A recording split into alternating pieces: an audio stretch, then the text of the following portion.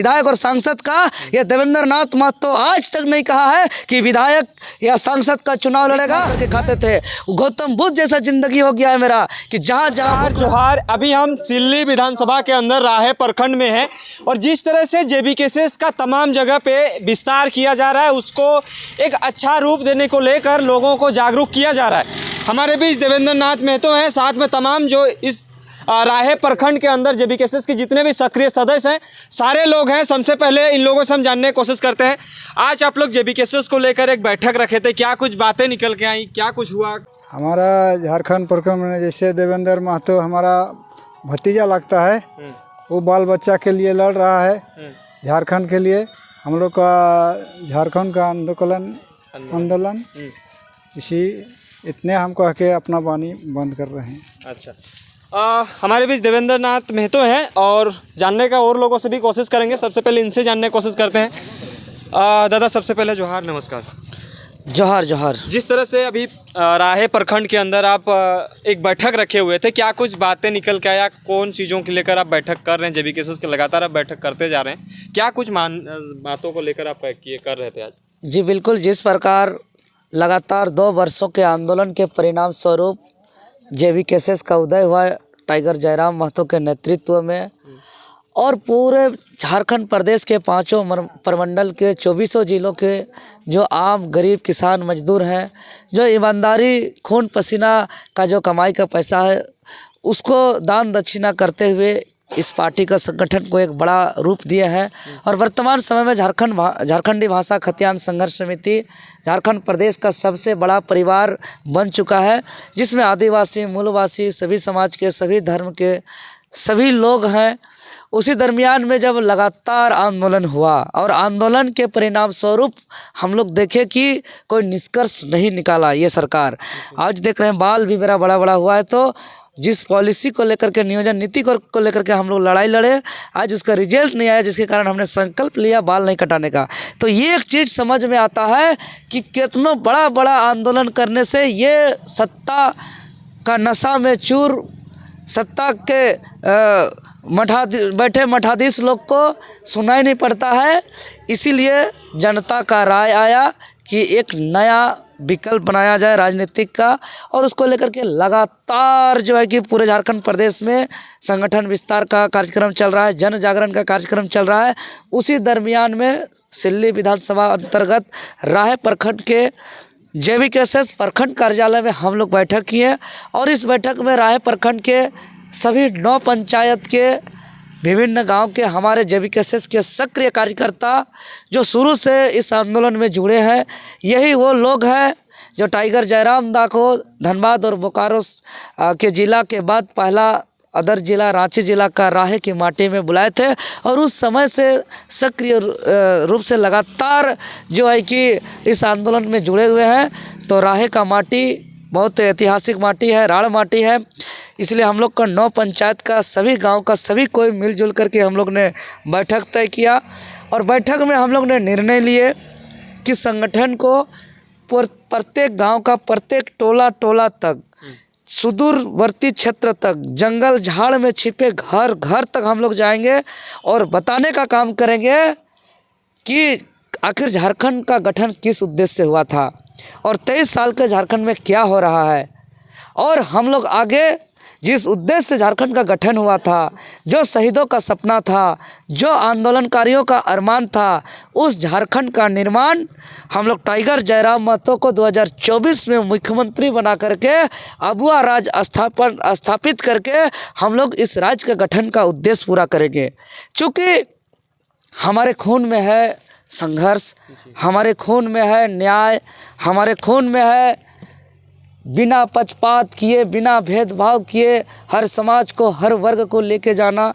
और इसी सोच और विचार को लेकर के अभी तक जो खून पसीना कमा करके जेबी केसेस को 70 से 80 करोड़ रुपए अपने मिडिल वर्ग के लोग ने खर्च करके आज इतना बड़ा परिवार बनाया है।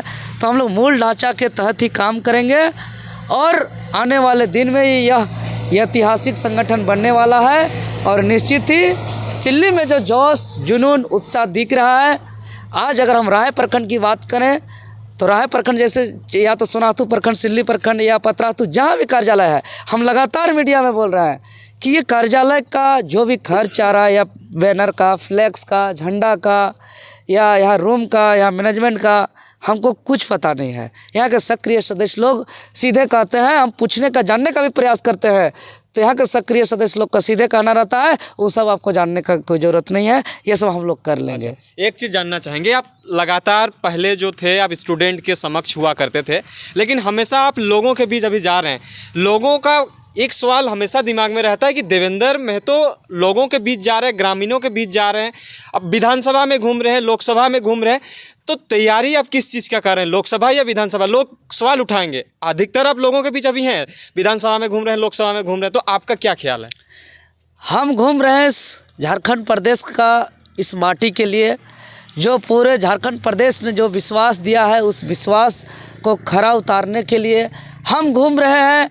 जो अभी तक इस राज्य को ठगने का काम किया है, लूटने का काम किया है, दलाली काम करने का काम किया है, उस बातों को उजागर करने के लिए हम घूम रहे हैं। लोगों को जन जागरण करते हुए राज्य गठन का उद्देश्य को बताने के लिए, क्योंकि राज्य का गठन सिर्फ एमएलए, एमपी, मंत्री, मुख्यमंत्री, उप मुख्यमंत्री बनने के लिए सिर्फ नहीं हुआ है। इस राज्य का गठन सिर्फ मंत्री, मुख्यमंत्री, एमएलए, एमपी बन के सिर्फ बॉडीगार्ड लिए, फैसिलिटी लिए, जगह जगह अपना शोरूम खोले, जगह जगह होटल खोले, जगह जगह अपना संपत्ति बढ़ाए, इसके लिए इस राज्य का गठन नहीं हुआ है। इस राज्य का गठन यहाँ के गरीब, यहाँ के किसान, यहाँ के मजदूर, जो खेत खलिहान में काम करते हैं, जो लेबर कुली का काम करते हैं, जो ड्राइवरी खलासी का काम करते हैं, उसका बेटा बेटी का बेहतर शिक्षा हो, उसका वैसे लोगों का जो झारखंडी मूल है उसको खतियान आधारित उसको पहचान मिले, उसके आधारित यहाँ नियोजन नीति हो, उससे आधारित जो है कि यहाँ के लोगों को बेहतर सरकारी स्वास्थ्य सुविधा मिले, या बेहतर सड़क मिले, बेहतर बिजली सुविधा मिले,